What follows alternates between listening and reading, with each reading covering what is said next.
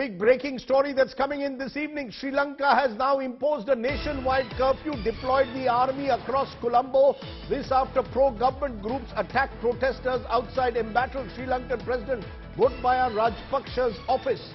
The situation in the island nation has turned tense after police fired tear gas to disperse the protesters. Remember, the Prime Minister Mahinda Rajapaksa has resigned earlier today. Homes of 4 ministers have been set on fire by angry protesters.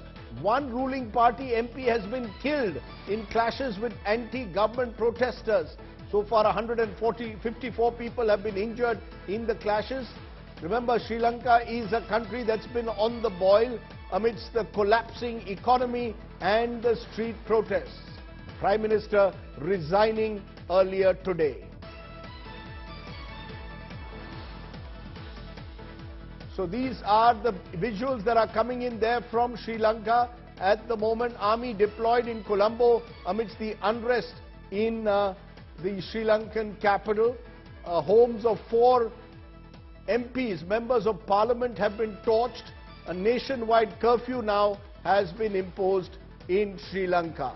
Those are the troubling images coming in from the island country. So those are, remember, Sri Lanka has been a country which for the last 6 weeks has been in serious economic crisis. Joining me now is Rashika Jayakodi, senior journalist who's been tracking those developments. Rashika, give us a sense of what's happening today. We've just heard about more violence on the street, the homes of 4 MPs being set on fire. Has the situation returned to some kind of normalcy, or are the streets still boiling? The streets are still boiling, and street violence has erupted, and a lot of young people, mobs are on the streets, and I think it all started when Prime Minister Mahinda Rajapaksa organized a meeting for his supporters at Temple Trees, his official residence, this morning, and the people who took part in that meeting, they were emboldened by the Prime Minister's assurance that he would remain in office, and they started walking towards the protesters who were just outside the Prime Minister's official residence, and they started attacking the protesters, and that's how it all started. And they burned down the tents that had been put up there. So after that, a lot of people were angry at the conduct of these people, the pro-government protesters, pro-government people who took part in that meeting, and they started attacking them. They started attacking the buses.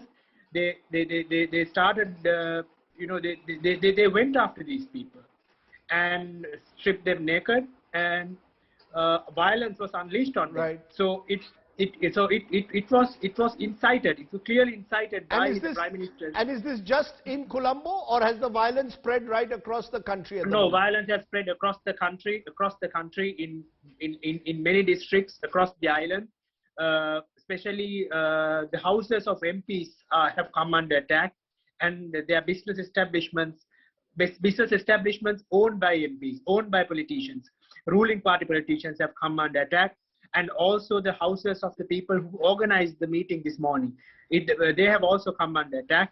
Rashika, so violence has... Rashika, you've got the Prime Minister who's resigned. Is there any possibility that even President Rajapaksa may offer to step down, talk of some kind of an interim government being formed? Is there pressure on him also now to take some kind of decision?